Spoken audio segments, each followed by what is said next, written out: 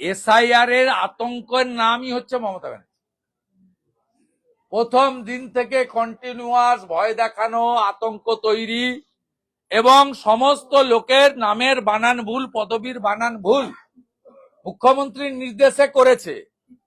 সেই কারণে পশ্চিমবঙ্গ বিজেপি আজকে বিকাল 3:30টায় রাজ্যের সব জেলা শাসকের দপ্তরে শব্দবিধি মেনে মাইক ছাড়া মমতা বন্দ্যোপাধ্যায় প্রশাসনের জনগণকে হয়রানি করার বিরুদ্ধে ডেপুটেশন প্রদান করবে সব ডিওদের অফিসে, ডিস্ট্রিক্ট ইলেকশন অফিসারের অফিসে। আর আমার নেতৃত্বে 14 সদস্যের বিজেপি দল লোক ভবন সেখানে যাবে বিকেল 4টের সময়। বাকিটা লোকভবন থেকে বেরিয়ে ওইখানে প্রেসে আপনারা জানতে পারবেন। আমি ইতিমধ্যে 3টে চিঠি দিয়েছিলাম চিফ সেক্রেটারি নন্দিনী চক্রবর্তীকে যে আপনাকে আজকে দেখা করতে হবে এলওপির সঙ্গে 4 PM। উনি আমাকে বলেছেন আপনি 6 তারিখে আসুন। তারপরে আমি রিমাইন্ডার লেটার দিয়েছি, উনি রেসপন্স করেননি। আমি মহামান্য রাজ্যপাল মহোদয়কে চিঠি দিয়েছিলাম, উনি আমাকে ওয়েলকাম করেছেন। 12 জন এমএলএ এবং স্টেট বিজেপির পক্ষে সঞ্জয় সিং, শিশির বাজোরিয়া, মোট 14 জনের ডেলিগেশন আমরা যাব। কিভাবে এসআইআর কেন্দ্রগুলোতে তৃণমূলের দাদাগিরি তাণ্ডব, কিভাবে বিএলও, এইআরও, ইআরওদের একাংশকে দিয়ে আইপ্যাককে বসিয়ে নাম এবং পদবীর বানান ভুল করে লক্ষ লক্ষ লোককে শুনানিতে ডেকে নিয়ে গিয়ে হয়রানি করিয়েছেন মমতা বন্দ্যোপাধ্যায়ের নেতৃত্বে পরিকল্পিতভাবে তার প্রশাসন, তার বিরুদ্ধেই আমাদের প্রোটেস্ট। এই কারণেই Basirhat tour joint video suspend হয়েছে। আমরা মনে করি ইচ্ছাকৃতভাবে যারা বানানের ত্রুটি করেছেন আইপ্যাক এবং তৃণমূলের নির্দেশে, সেই বিএলও, এইআরও, ইআরওদেরকে অবিলম্বে সাসপেন্ড করে এফআইআর স্টার্ট করতে হবে এবং 3টি জেলা শাসককে ইমিডিয়েট সাসপেন্ড করতে হবে। মুর্শিদাবাদ, দক্ষিণ 24 পরগনা এবং পূর্ব মেদিনীপুর। আমাদের কাছে স্পেসিফিক ডকুমেন্ট রয়েছে এদের বিরুদ্ধে। কিছুক্ষণ আগে হাইকোর্টে হয়েছে যে শুভেন্দু অধিকারী সহ রাজ্যের বিরোধী নেতাদের নিরাপত্তা নিশ্চিত করতে রাজ্যকে প্রধান বিচারপতি ডিভিশন বেঞ্চ নির্দেশ। নিরাপত্তা দিতে সে অর্থে বলেনি, আমরা সেন্ট্রাল প্রোটেক্টিভ। সমস্ত প্রোটেক্টি যারা Z+ থেকে XY পর্যন্ত সমস্ত প্রোটেক্টিভ, স্পেশালি বিজেপির, সেক্ষেত্রে যে পিল ফাইল হয়েছিল তাতে অর্ডার এটাই হয়েছে আজকে যে রাস্তায় আমরা যখন মুভমেন্ট করব অবস্ট্রাকশন কেউ করতে পারবে না এবং অবস্ট্রাকশন সরানোর দায়িত্ব রাজ্য পুলিশ। এদের অসভ্যতামি লাস্ট আপনারা বিপ্লব দেবের সবার পরে দেখেছেন, মঞ্চ পুড়িয়েছে প্রত্যেকটা জায়গায় গোটা রাজ্য জুড়ে। আমি শুধু নয়, বিজেপির একাধিক প্রথম সারির নেতা, জাতীয় নেতা, সাংসদ, বিধায়ক এই কিছুদিনের মধ্যে দিবাকর ঘরামির উপর আক্রমণ করেছে। এমএলএ প্রত্যেকটি প্রোটেক্টির ক্ষেত্রে এরা আমাদের সামনে জমায়েত করে দাঁড় করিয়ে রাখে এবং অধিকাংশই রোহিঙ্গা আর বাংলাদেশি মুসলিম। কারোর হাতে কেরোসিনের জার, পেট্রোলের জার মারার জন্য। বাংলাদেশ থেকে সম্প্রতি যা যা ঘটছে জামাতিদের, সেইটা দেখে শিখে এইখানে সেটা ইমপ্লিমেন্ট করতে চায়।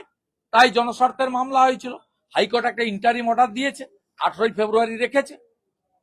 যখন গণতন্ত্র বিপন্ন হয়, আইন শৃঙ্খলা ভেঙে পড়ে, তখন নিরুপায় হয়ে কোর্ট বা আইনের দ্বারস্থ হতে হয়।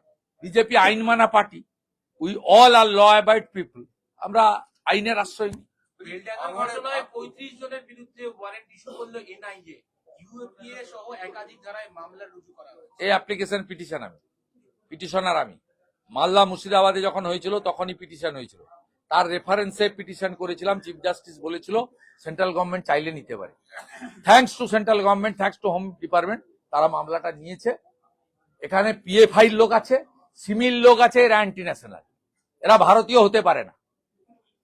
যারা রেল লাইনকে আটকায়, পাথর ছুড়ে রেলগাড়িতে, যারা রেল লাইনের উপর থেকে পাথর রেখে দেয় অ্যাক্সিডেন্ট করানোর জন্য।